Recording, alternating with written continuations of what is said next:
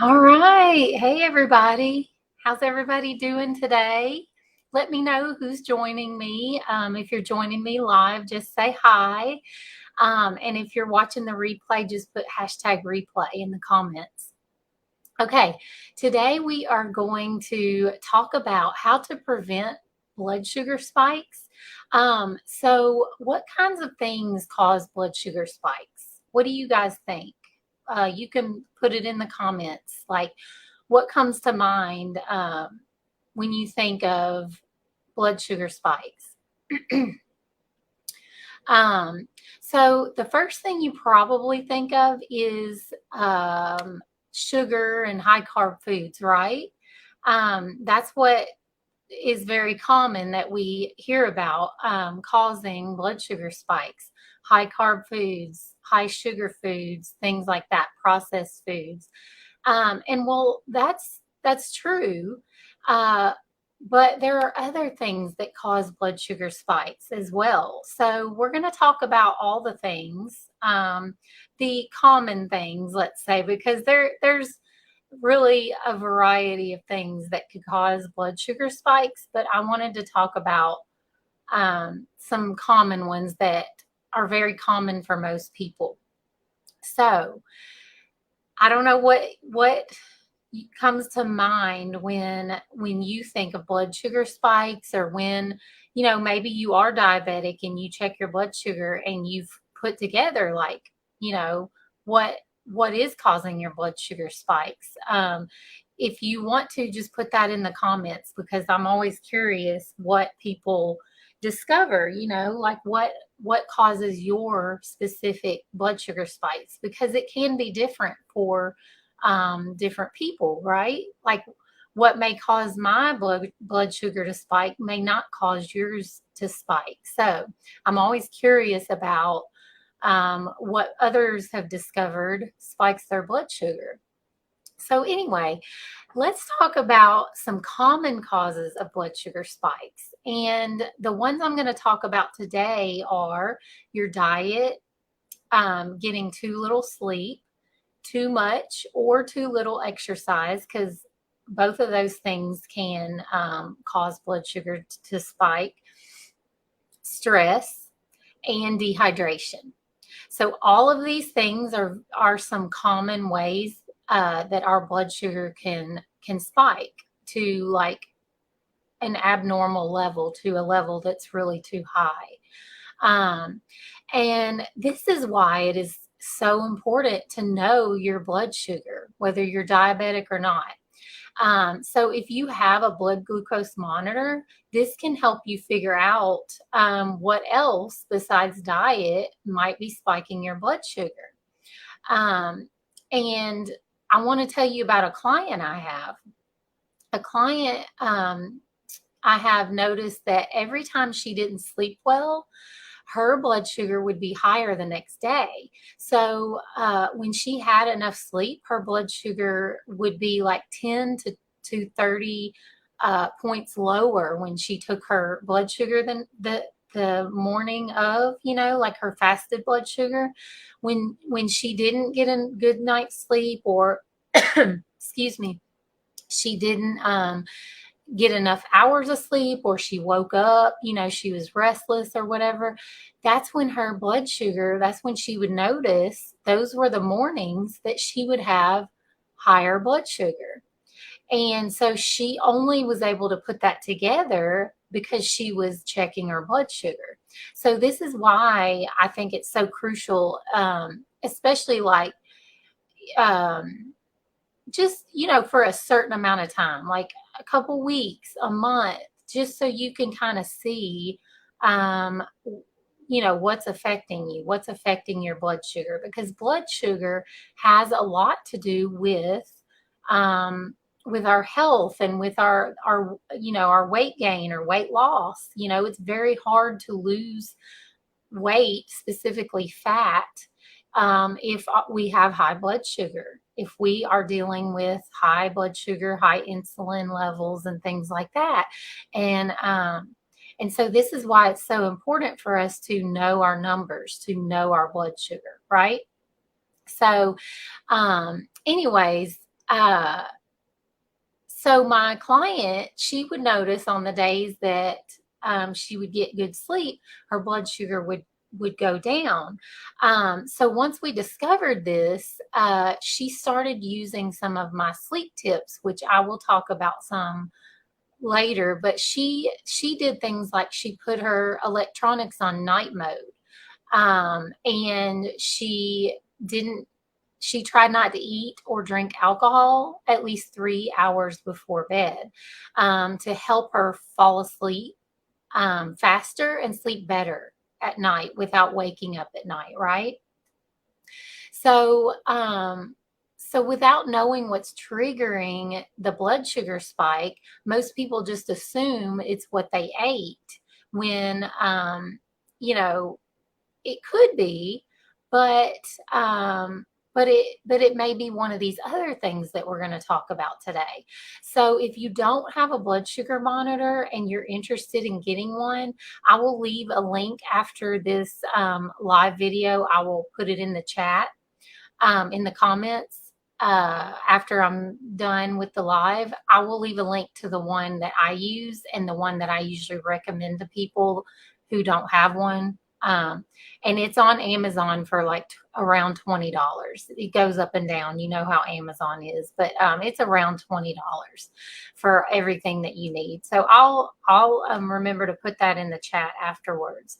So, all right, let's go over how we can prevent these things from spiking our blood sugar. Okay, so number one, if you said diet, yes, this is one of the very common things that cause blood sugar spikes. So let's start with that, and then we'll go into the other things. So you know that eating high amounts of carbs and sugar will spike your blood sugar, but you have to figure out what that number is for you. What is your threshold for eating carbs and sugar? What is that number for you specifically? Because it can be different for everyone. Um, so can you eat 30 grams of carbs at each meal and without your blood sugar increasing and getting too high? Or is it 50? Is it 20? What is it for you? Sorry guys, there's a motorcycle out there. I hope that's not too loud. But that's what you have to figure out, and the easiest way to do that is to get a blood sugar monitor and test your blood sugar before and after you eat, at least for a little while. You don't have to do it forever, because once you know your threshold, once you know what affects you, then you won't have to keep doing it, unless you eat something that you don't really know how it affects you, right? So so you have to figure out that number, that the number of carbs you can eat without your blood sugar spiking, right? The amount at each meal. And the amount, like I said, will be different for everyone. But ideally, you want your blood sugar to be under 100 milligrams per deciliter before your meal. So that is a goal that you want. Like, you want your blood sugar, like your fasted blood sugar, or if it's been several hours since you ate, you want your blood sugar to be under 100 milligrams per deciliter before you eat. And then you don't want your blood sugar after you eat. You don't want it to go over you don't want to have a more than a 30-point spike an hour after your meal. So if your blood sugar was 90 before, like 90 milligrams per deciliter before you ate your meal, and then you take it 1 hour after your meal, you don't want it to be more than 120 milligrams per deciliter 1 hour after eating. That is okay. If it's 30 points or less, then you're fine. That's your threshold. That's how many carbs you can have. And if it's higher than that, if say it went to it spiked 40, 50, 60 higher than your baseline, then you either ate too many carbs at that meal, or you're sensitive to a food you ate, or it could be one of the other problems that we're going to discuss. So this is why it's so crucial, whether you're diabetic or not, because the same way that you reverse diabetes is how you prevent it. So if it runs in your family, or even if it doesn't run in your family, you could still get diabetes in your lifetime. So this is why it's so important to know your blood sugar. So anyway, to figure out the right amount for you, you want to test your blood sugar before your meal, and then after your meal, like an hour after your meal, to figure out what number is right for you. How many carbohydrates can you have at each meal? And you want to do this for at least 2 weeks, so you get a good idea of how much how much you should be eating, especially carb wise. So after that, you will have a better idea of how many carbs you can handle at one time.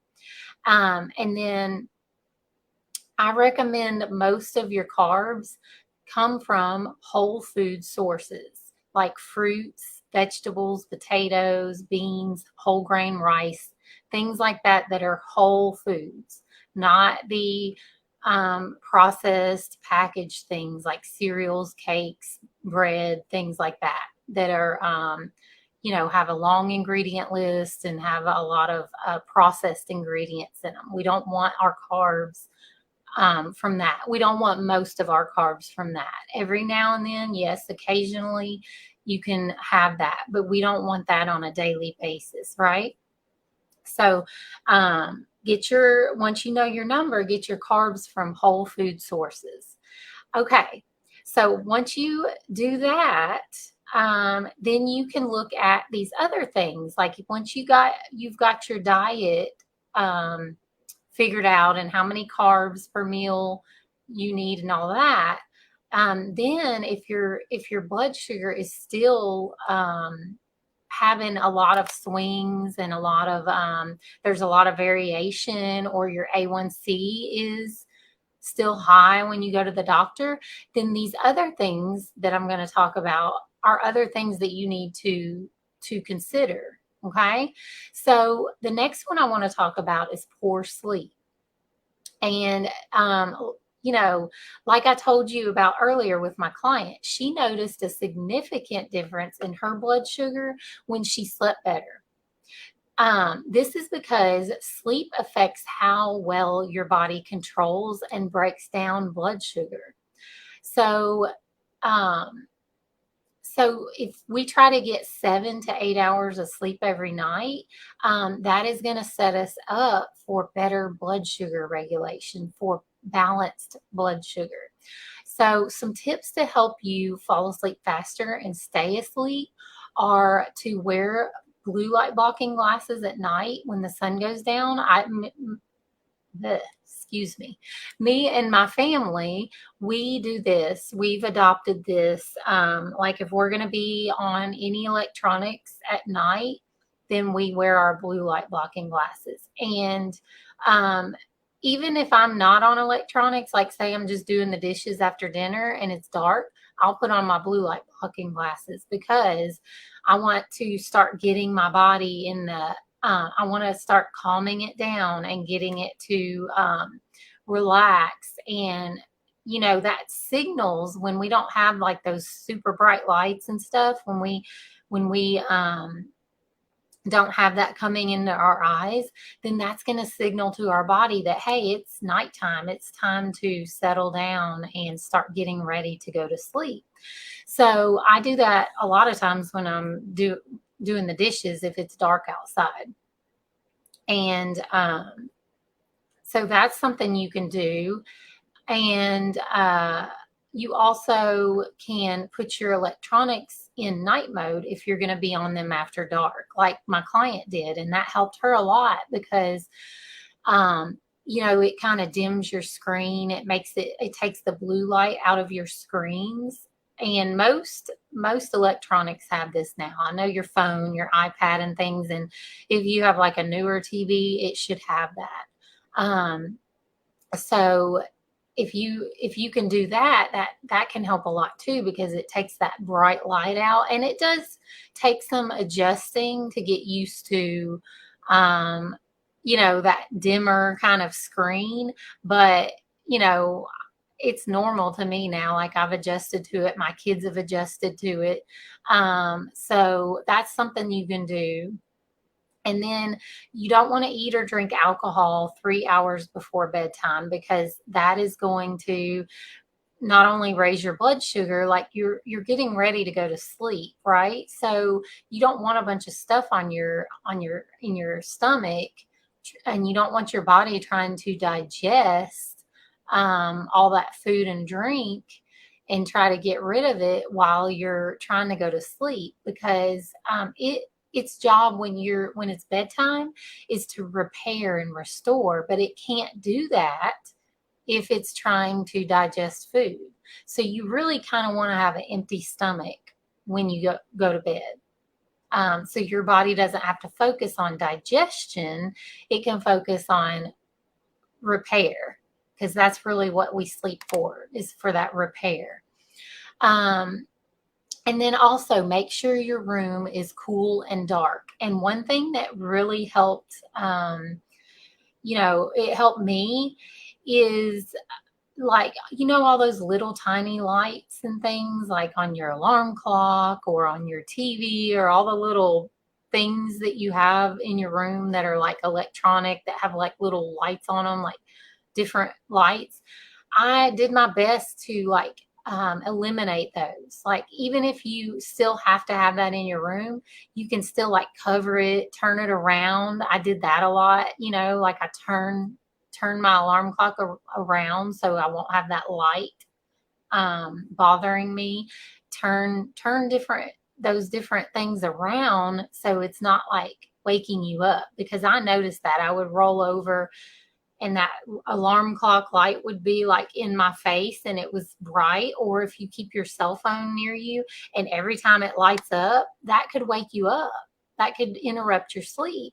So, and even like the little vibration or whatever noises that your phone makes, turn all that off so you can get a good night's sleep and you don't have as much interrupting your sleep.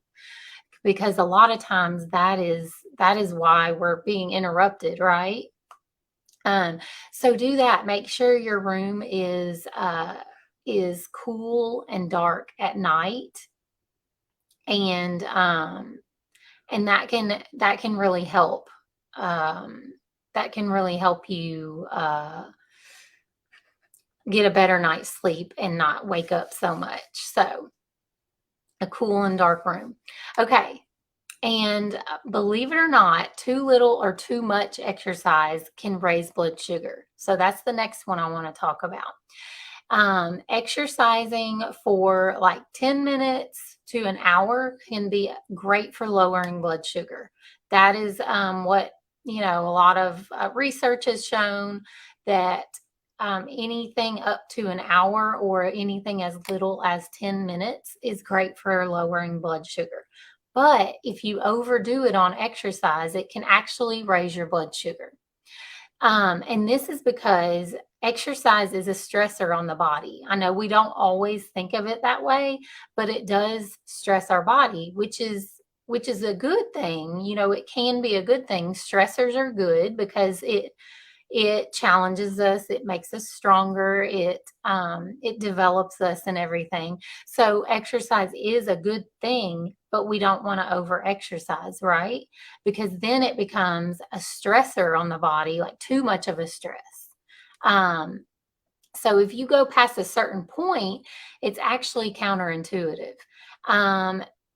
And to use exercise to prevent blood sugar spikes, you want to keep your workouts at an hour or less, like I said. And you also you want to do your best to get some movement as soon as possible after your meals, if you can do that, to help get the glucose out of your blood quicker. So that's what it does. That's why you hear, if you're diabetic, go for a walk after dinner or go for a walk after meals, because that can help to get the glucose out of your blood quicker.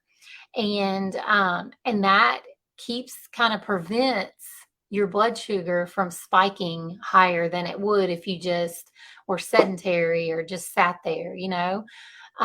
So just getting some movement for a few minutes after your meals can really help your glucose get out of your blood quicker.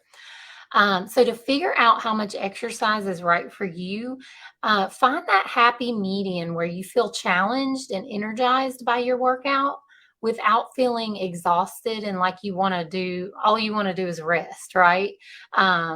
Because if you're overdoing it, you're not gonna feel energized. You're gonna feel like exhausted and like all you can do is sit on the couch the rest of the day, or you feel like falling asleep because you overdid it on exercise. So you want to find that happy median where, you feel good and you feel energized after your workouts, not like you need to go take a nap.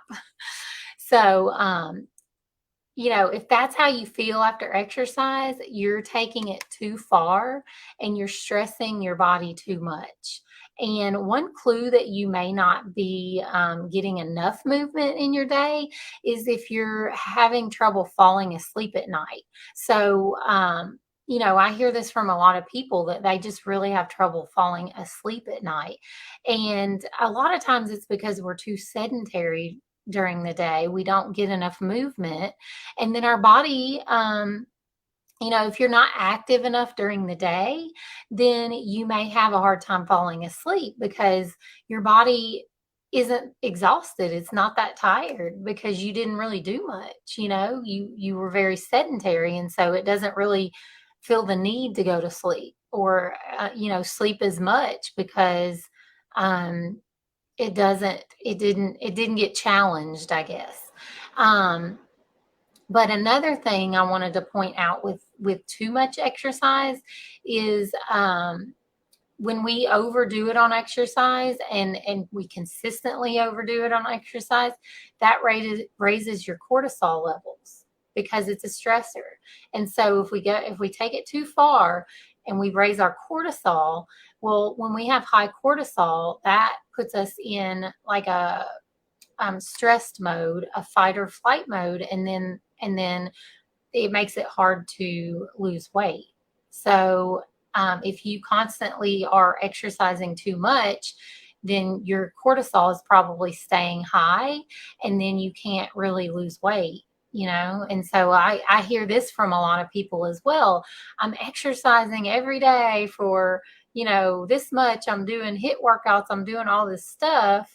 But I'm not losing weight or I'm gaining weight. Well, this could be why, because you're overdoing it and you're causing your cortisol to become too high and stay high. And then you can't lose weight when you have high cortisol.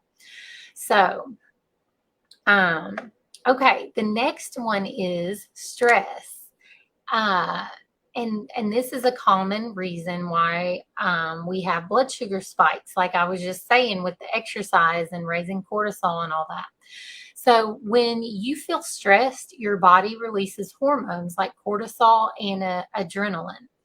And when we are in a stress state for too long, it can increase blood sugar and the way your body digests the food you eat. Because when you are in that stress state, that fight or flight state, that high cortisol state or adrenaline state, then your your digestion kind of shuts down. There's a fight or flight state, and there's a rest and digest state. And when you have those high hormones, cortisol and adrenaline, that means you're in your fight or flight state. So your body won't digest food well. So you may get food, like not food issues, digestive issues. You may get like IBS, heartburn, upset stomach, gas, bloating, those kind of things. If you are always in a stressed state and you never deal with the stress, or you never do like stress relieving activities and things, if you stay in that stress state, you won't digest your food well, and then you'll get those kind of symptoms, those digestive symptoms. So we want to relieve stress. We want to make that part of our healthy lifestyle, right? So you want, and this will get, doing these things, doing relieving stress, getting it'll help bring back down those hormones, cortisol and adrenaline. It will get you in a more rest and digest state and out of the fight or flight state. So some of my favorite ways to do that are deep breathing, yoga, meditation, being in nature, and coloring. So, but you can do anything that relaxes you, listen to relaxing music, take a bath, whatever it is. Just get out of that fight or flight state and into the rest and digest state. So that's the point of it. We want to relieve stress so we can get those hormones back down. So take a look at your stress. And then the last common cause of blood sugar spikes I want to discuss is dehydration. When you're dehydrated, your blood sugar can be higher than it would be normally. And this is because the amount of water in your blood in your bloodstream decreases when you're dehydrated. Which then makes existing glucose in your bloodstream more concentrated. So just making sure that you are drinking enough water throughout the day can help thin out the sugar in your bloodstream, and then this will help your blood sugar not spike as high. And the amount of water you need really depends on several things. So I can't just say, everybody drink this much water. It doesn't work like that. It really depends on you and your specific lifestyle and things. So you want a few things you can consider are how active you are. So if you're active, 9 times out of 10, you're sweating a lot, when you're active. How much you sweat. Even if you're not active, you may have a job where you're outside a lot and you sweat, or a very active job where you're sweating, something like that. So consider how much you sweat. And another thing is if you're taking medications that cause dehydration or water retention. Those two things you've got to consider, and that's why it's important for you, really even before you start taking medication, to read those things. What are those side effects that you are, that you may have? Because you may not put those things together. Like, if you just start taking a medication because your doctor told you to, but you don't read the side effects, then, that could be a reason why you're dehydrated. Like maybe you need more water when you're on those medications, or maybe you need less. Those are things you've got to educate yourself on. And then also health conditions that may require more or less water. There's lots of health conditions that may require you to have more water or less water. And so I'll give you a good example. I took my daughter to the this splash park that is in our neighborhood on Friday night. And I noticed after about an hour of being there, and it was like 5:30, 6 o'clock at night. So I didn't really think it would be that hot. I thought it would be, cooler because the sun is kind of like not as high in the sky. And anyway, I noticed after about an hour, I was like feeling dehydrated and overheated. Like I was really hot, and it was like 97 degrees, that day. And then the humidity is really high. So I think it was like 98% humidity or whatever. So I was sweating like crazy. And even though I had been sipping on water and I had electrolytes in my water, I still wasn't drinking enough to keep up with how much I was sweating. So I knew that that probably raised my blood sugar significantly. Like when we, after like an hour, we left because I was just like, I am so hot. I don't feel right. I bet I'm dehydrated and I bet my blood sugar is up because, I'm dehydrated. And so I know it's easy to forget about drinking water when you're busy at work or outside having fun, like I was. It's very easy to forget to drink your water and stay hydrated. So let me suggest a couple of things, okay? Invest in a large water bottle or tumbler. Like I get these 40-ounce ones. Can you see it? There we go. I get these 40-ounce ones and I probably fill it up at least twice a day, probably 3 times a day. And in the summer especially, I put electrolytes in there because electrolytes are going to keep you more hydrated. And if you're sweating a lot, you need those. That's part of hydration is electrolytes. So that's one thing I suggest is get a large water bottle. So you can take it wherever you go, take it to work, take it running errands, take it to your, like I take it up here to my office and I have it all day with me. So, do things like that. And then that way, whenever you feel thirsty, you have it there. You have it with you. And that's what I tend to do because I'm like, oh, I feel thirsty. I need to get a drink of water. And another thing I do is fill up the water bottle at night.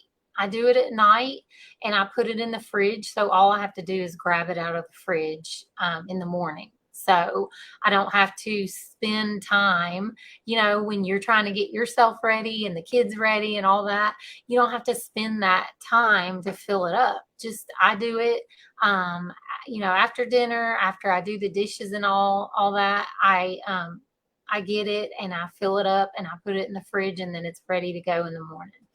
So that can help you if you just fill it up at night, take it with you wherever you go, and then you don't have an excuse. You have it right there whenever you need it. Okay, so those are my tips on how to lower blood sugar and how to figure out what your blood sugar is and what may be spiking it, right? So these are ways that we can prevent blood sugar spikes. I'm going to name them real quick. Your diet, of course, too little sleep, too much exercise or too little exercise, stress, and dehydration. These are the common things that people may not think about that's causing their blood sugar spikes. So look at those areas and see if that may be why you're having blood sugar spikes.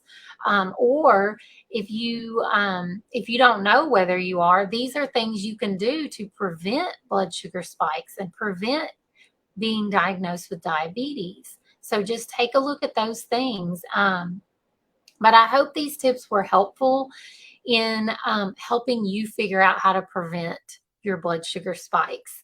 All of these tips can really add up to a better overall blood sugar. If you look at these areas and you take steps to improve in these areas, it can really add up to better overall blood sugar. And the less blood sugar spikes we have in a day, the lower our A1C will be when we go get it checked at the doctor. So just these simple things like making sure you drink more water, making sure You keep your stress level down, making sure that you are getting the right amount of exercise, that you're eating the right amount of carbs at each meal. These are things that are going to lower your A1C. And then when you go get it checked at the doctor, it'll be lower. So, um, I would love to know what tips you are going to try. Which one did you not realize, or which one do you want to try to see if it improves your blood sugar spikes? And if you are a diabetic or a pre-diabetic, I would also love to hear your tips on how you lower your blood sugar. Like if you are a diabetic or you do check your blood sugar, let me know how you tend to get it down and what works for you. I'm always curious about that. All right, guys. Well, I hope you have a great day, and I will see you next week. All right. Bye.